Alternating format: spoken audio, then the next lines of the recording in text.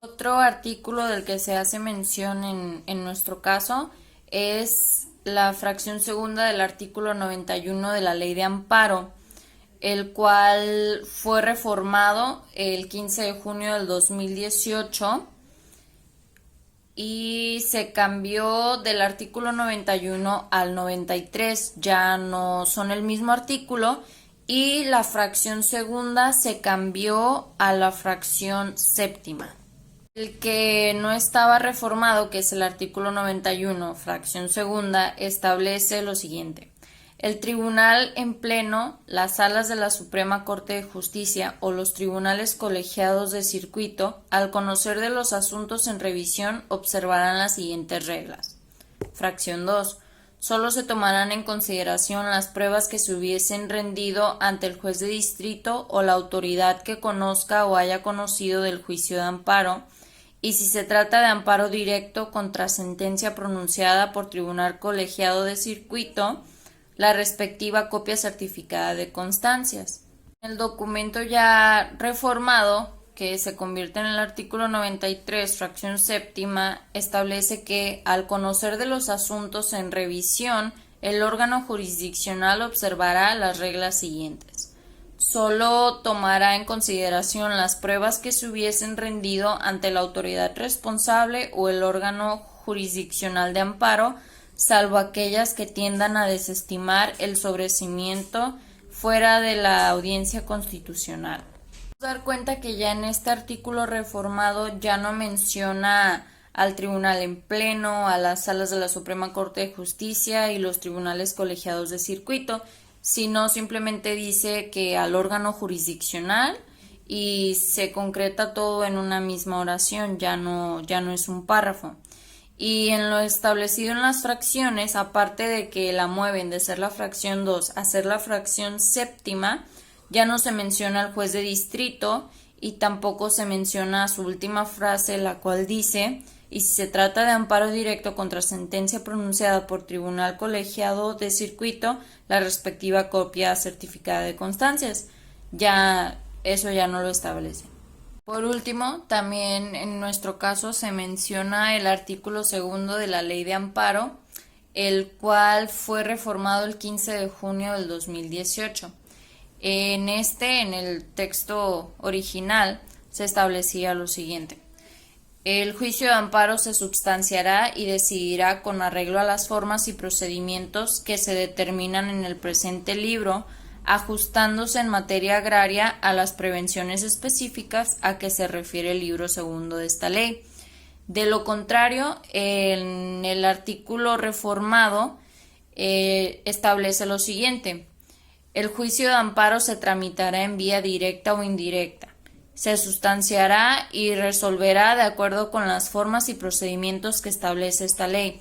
A diferencia del artículo que no estaba reformado, ya no menciona en materia agraria ni menciona a qué libros se debe especificar, sino más bien ya establece que se generaliza la forma en que se va a resolver el caso. También en un segundo párrafo, el no reformado dice: a falta de disposición expresa se estará las prevenciones del Código Federal de Procedimientos Civiles, y el actual dice que a falta de disposición expresa se aplicará en forma supletoria el Código Federal de Procedimientos Civiles y en su defecto los principios generales del derecho. Como podemos ver, menciona que es supletorio el Código Federal de Procedimientos Civiles y también los principios generales del derecho. Otra de las preguntas que se deben responder en esta sección B es: ¿qué modificaría en tal caso?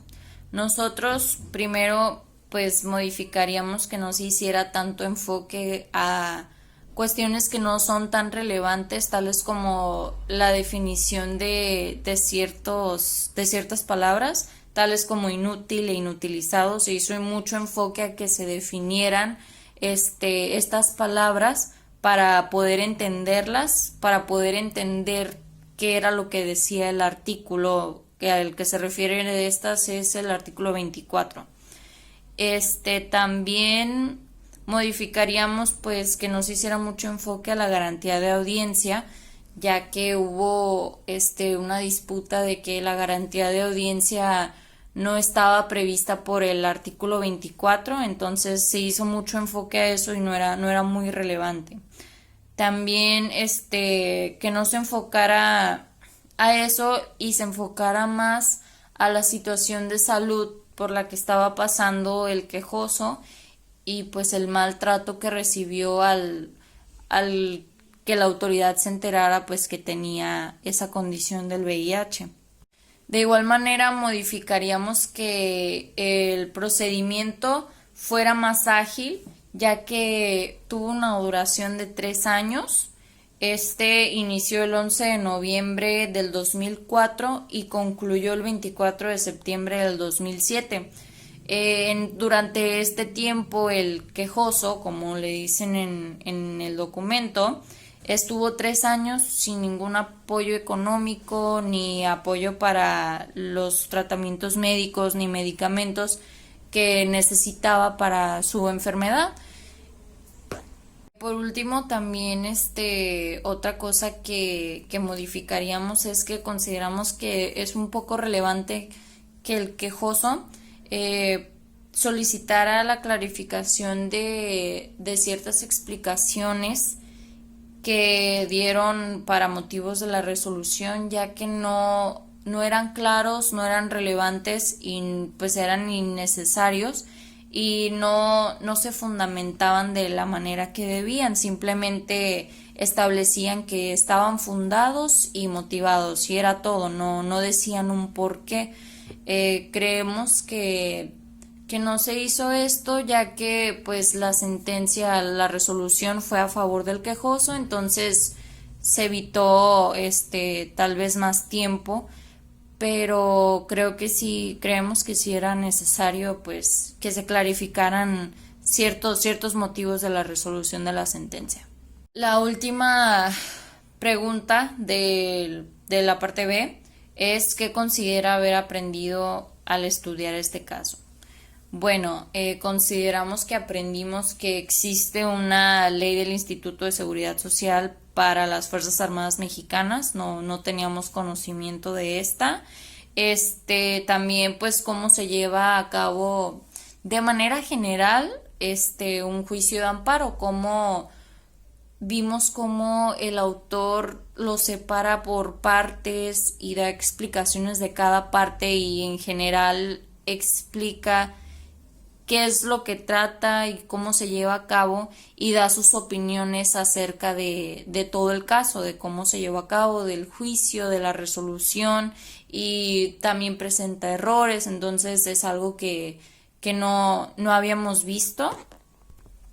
De igual manera, pues aprendimos acerca de la ley de amparo, nunca habíamos tenido la oportunidad de verla o analizarla o algo y ya con este trabajo nos dimos ese tiempo de analizar los artículos que mencionaba y cómo funcionaba ahí la ley de amparo y cuándo se modificó y cómo es que se lleva a cabo pues el juicio de amparo. Otra cosa que aprendimos es cómo las Fuerzas Armadas de cierta manera son un poco discriminantes ya que no consideramos que el VIH sea una discapacidad para que alguien sea retirado de su puesto. Eso también lo aprendimos, ya que pues también analizamos que los doctores en el caso durante el juicio establecieron que pues no es una enfermedad que limite a la persona infectada pues de hacer ningún tipo de actividad, entonces eso también aprendimos. Y por último, también aprendimos que cómo al ser reformado un artículo cambia mucho la estructura de la ley y la estructura del mismo artículo. Antes podía referirse a una cosa y con la reforma ya se refiere a otra muy diferente, o cambia su significado.